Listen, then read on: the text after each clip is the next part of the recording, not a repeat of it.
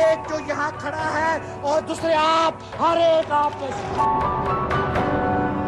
میں اقتدار بذات خود ذوالفقار علی بھٹو کے لیے نہیں چاہتا تھا، میں اقتدار غریبوں کے لیے چاہتا تھا، میں اقتدار محنت کشوں کے لیے چاہتا تھا، میں اقتدار عوام کے لیے چاہتا تھا، میں اقتدار عام کے لیے چاہتا تھا۔ جس ملک نے 25 برس کی کوشش کے باوجود آئین نہیں بنا سکے، اس حد تک کہ ایوب خان نے کہا کہ اس قوم سے آئین نہیں بن سکے گا۔ We'll go back and fight. My country hearkens for me. Why should I waste my time here in the Security Council? I'm going.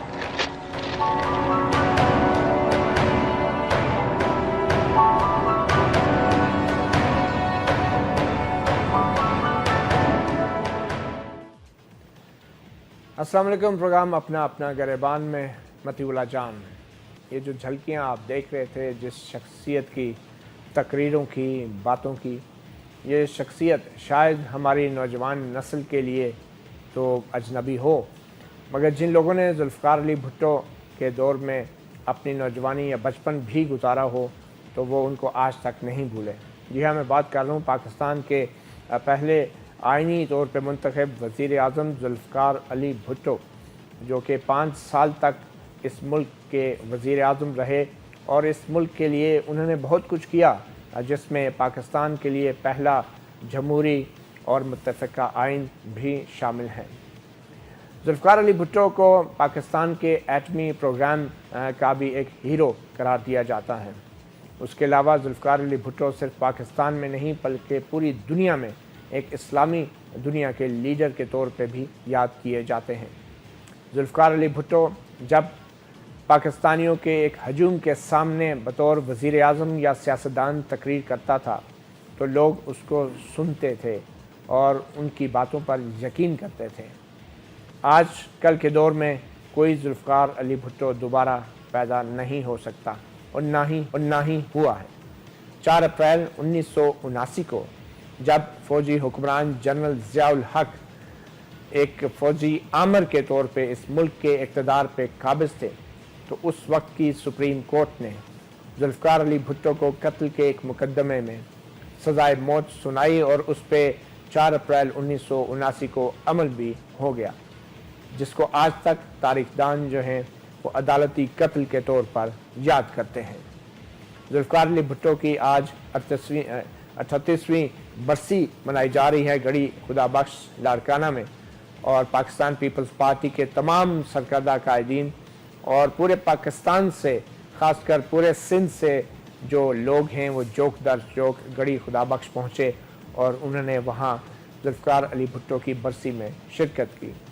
ہر سال یہ ہوتا ہے، مگر ذوالفقار علی بھٹو کا جو دور ہے وہ آج بھی پاکستان کے سیاستدانوں کے لیے، پاکستان کی سیاست کے طالب علموں کے لیے ایک معمہ ہے، ایک انگما ہے، خاص کر پاکستان کے طالب علموں کے لیے کہ جہاں ان کو اپنی یونیورسٹیوں میں شاید اس بات پر تحقیق کرنے کی اجازت نہیں کہ کس طرح سے اس وقت کے فوجی آمر نے کس طریقے سے عدلیہ کو استعمال کرتے ہوئے ایک ایسی عظیم شخصیت کو پھانسی کے پھندے پر پہنچا دیا۔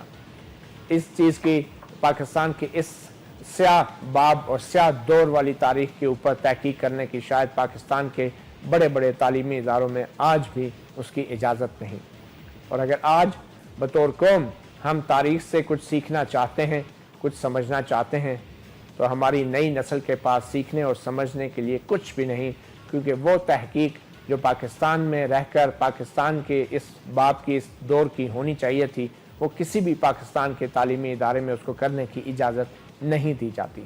ذوالفقار علی بھٹو ہماری سیاست کے چہرے پہ ایک بہت بڑا سوالیہ نشان ہے، ہماری آئینی تاریخ پر ایک بہت بڑا آئینی سوال ہے کہ جس کا جواب ہم آج تک تلاش نہیں کر پا رہے ہیں۔ اور آج بھی اگر ہم بڑے قانون دانوں سے سوال کریں اور یہ جاننے کی کوشش کریں کہ ذوالفقار علی بھٹو کیوں قتل ہوئے، کیوں عدالتی قتل ان کی پھانسی کو کہا جاتا ہے، تو آج بھی بہت سے قانون دان اور سیاستدان منقسم رائے رکھتے ہیں، جو کہ شاید ایک بہت بڑی بدقسمتی کی بات ہے۔ تو آج کے اس پروگرام میں ہم پاکستان کے تاریخ کے گریبان میں جھانکنے کی کوشش کریں گے، اپنے سیاسی آباء و اجداد کے گریبان میں جھانکنے کی کوشش کریں گے، اور آج ہم اپنے آج کی عدلیہ اور آج کے قانون دانوں کے گریبان میں جھانکنے کی کوشش کریں گے۔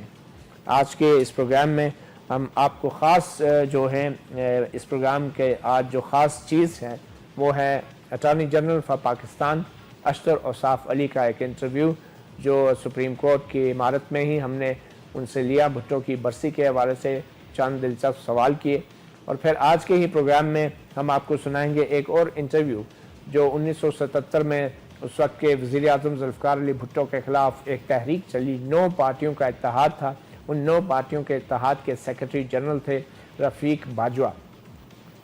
ان کے فرزند شوکت رفیق باجوہ جو کہ آج سپریم کورٹ کے میوزیم میں گھوم پھر رہے تھے، ہم نے ان کو میوزیم میں ہی انٹرویو کیا اور ان سے جاننے کی کوشش کی کہ ان کے والد محترم جو ان 9 پارٹیوں کے اتحاد کے سیکرٹری جنرل تھے، ان کی کیا مقاصد تھے، ان کا کیا کردار رہا، اور اس تاریخ کے حوالے سے ہم نے شوکت رفیق باجوہ سے کچھ سوال کیے، ان کا وہ انٹرویو بھی آج ہم آپ کو سنائیں گے۔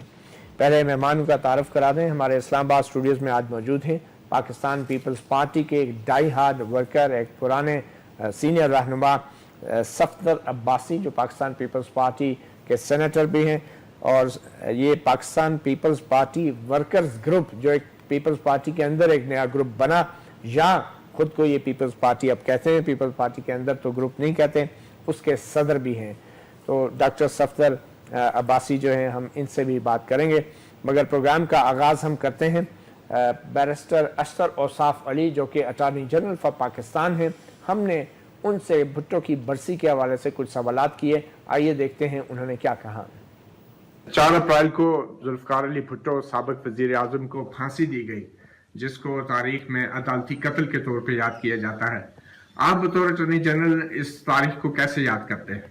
یہ ہمارے یہاں ایک عجیب سا رواج بن گیا ہوا ہے، جس کو فیصلہ پسند نہیں آتا وہ اس کو کوئی نہ کوئی نام دے دیتا ہے، جس کو فیصلہ پسند آتا ہے وہ کہتا ہے کہ عدالتیں بہت اچھی ہیں اور ججز بہت اچھے ہیں۔ یہ اب میرا خیال ہے ختم ہو جانی چاہیے بات۔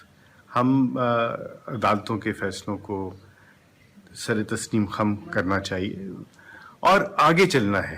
ہسٹری تو بن چکی ہے، ہم نے اپنی فیوچر کو سیکیور کرنا ہے، اور فیوچر کو ہم کیسے سیکیور کر سکتے ہیں؟ جب ہم اداروں کی سالمیت کی بات کریں، اداروں کو اسٹرینگتھ دیں، اداروں کے اندر جو کام ہو رہے ہیں ان کی بجائے تضحیق کرنے کے، بجائے ان کو چھوٹا کرنے کے، ہم ان کے بارے میں جو پازیٹیو چیزیں ہیں ان کو سامنے لے کے آئیں۔